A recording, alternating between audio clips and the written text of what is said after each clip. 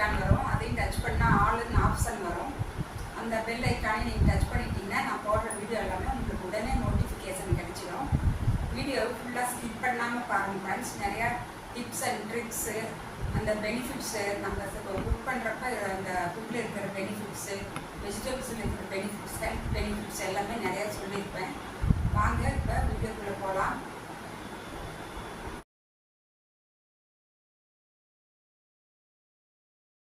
பாருங்கள், இப்போ பாயாசத்துக்கு ஜவ்வரிசி ஒரு கப்பு எடுத்து வச்சுருக்கேன். மாவு ஜவ்வரிசி, திராட்சை முந்திரி, இதில் கொஞ்சம் நெய் ஊற்றிக்கலாம்.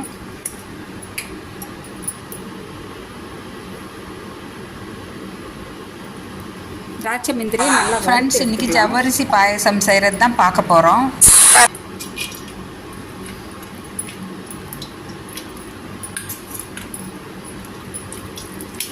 நல்லா கொஞ்சம் கலர் ப்ரௌன் கலராக மாறட்டும், அப்புறம் திராட்சையை போட்டுக்கலாம்.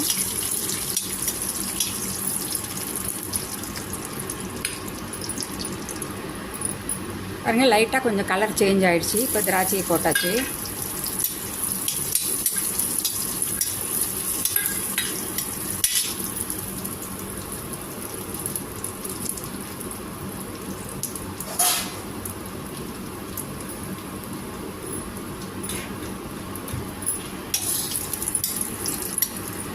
நல்லா வறுபட்டுடுச்சு.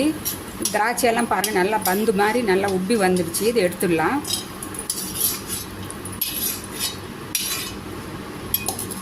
இப்போ இதில் இந்த நெய்யிலேயே இந்த ஜவ்வரிசியை போட்டு வறுத்துக்கலாம்.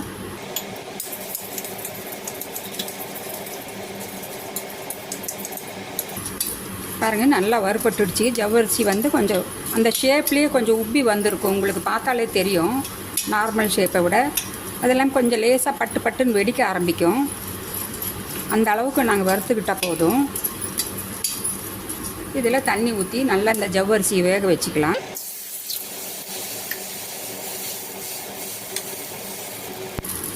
ரெண்டு கிளாஸ் அளவுக்கு தண்ணி ஊற்றிக்கிறேன். ஜவ்வரிசி நல்லா வேகணும், கண்ணாடி பதத்துக்கு வெந்து வரணும். இதை மூடி வச்சு நல்லா வெந்த அப்புறம் பார்க்கலாம். ஜவ்வரிசி பாதி அளவுக்கு நல்லா வெந்துடுச்சு. பாருங்கள், இன்னும் கொஞ்சம் வெள்ளை வெள்ளையாக இருக்குது. அது கொஞ்சம் நல்லா வேகட்டும். தண்ணி இந்த ஸ்டேஜில் பத்தலைன்னா மறுபடியும் நாங்கள் தண்ணி கொஞ்சம் கொதிக்க வச்சு ஊற்றிக்கலாம். முக்கால்வாசி நல்லா வெந்துடுச்சிங்க. இந்த ஸ்டேஜில் கொஞ்சமாக ஏலக்காய் தூள், 2-3 ஏலக்காயை நல்லா பொடிச்சு வச்சுருக்கேன், அதை போட்டுக்கலாம். போட்டு இது இன்னும் கொஞ்சம் நல்லா வேகட்டும். அது வரைக்கும் மூடி வச்சிடலாம்.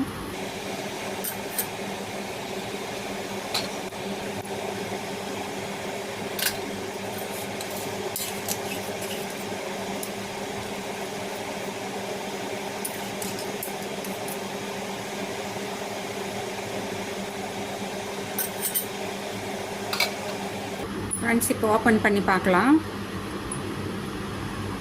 பாருங்கள், எல்லாமே நல்லா வெந்துடுச்சு, கண்ணாடி பதம் வந்துடுச்சு. இந்த ஸ்டேஜில் நான் 1 டம்ளர் பால் எடுத்து வச்சுருக்கேன்.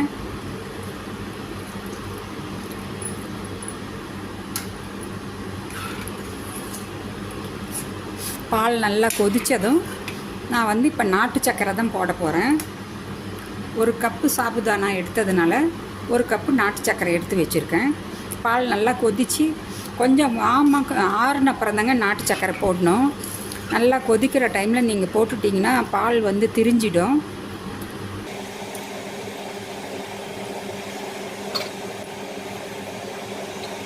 பாருங்கள் ஃப்ரெண்ட்ஸ், பால் நல்லா கொதிச்சு இப்போ நல்லா வார்மாக இருக்குது. பால் நல்லா ஆறிடுச்சு. இப்போ இந்த மாதிரி நல்லா ஆறின அப்புறம் நம்ம இதில் திராட்சை முந்திரி ஆட் பண்ணிக்கலாம். இப்போ எடுத்து வச்சுருக்கிற நாட்டு சர்க்கரையும் ஆட் பண்ணிக்கலாம். அவ்வளோதாங்க, சூப்பராக இருக்கும் சாபுதானா ஜவ்வரிசி பாயாசம். நிமிஷமாக ரெடி பண்ணியாச்சு. நீங்கள் ஒயிட் சுகர் வேணும்னாலும் போட்டுக்கலாம், உங்கள் பிரியந்தான். இன்னும் சுகர் கூட வேணும்னாலும் நீங்கள் போட்டுக்கலாம். 1.5 கப் அளவு கூட போட்டுக்கலாம். நான் வந்து சாபுதானா எடுத்த அளவுக்கு சுகர் வச்சு போடுறது தான் அளவு. இந்த வீடியோ உங்களுக்கு பிடிச்சிருந்தா கமெண்ட்ஸ் பண்ணுங்கள், ஒரு லைக் பட்டனை அமுக்குங்க ஃப்ரெண்ட்ஸ். உங்கள் ஃப்ரெண்ட்ஸ் ஃபேமிலிக்கும் ஷேர் பண்ணுங்கள். நான் மறுபடியும் அடுத்த ஒரு இன்ட்ரெஸ்டிங்கான வீடியோவில் உங்களை சந்திக்கிறேன். பாய்.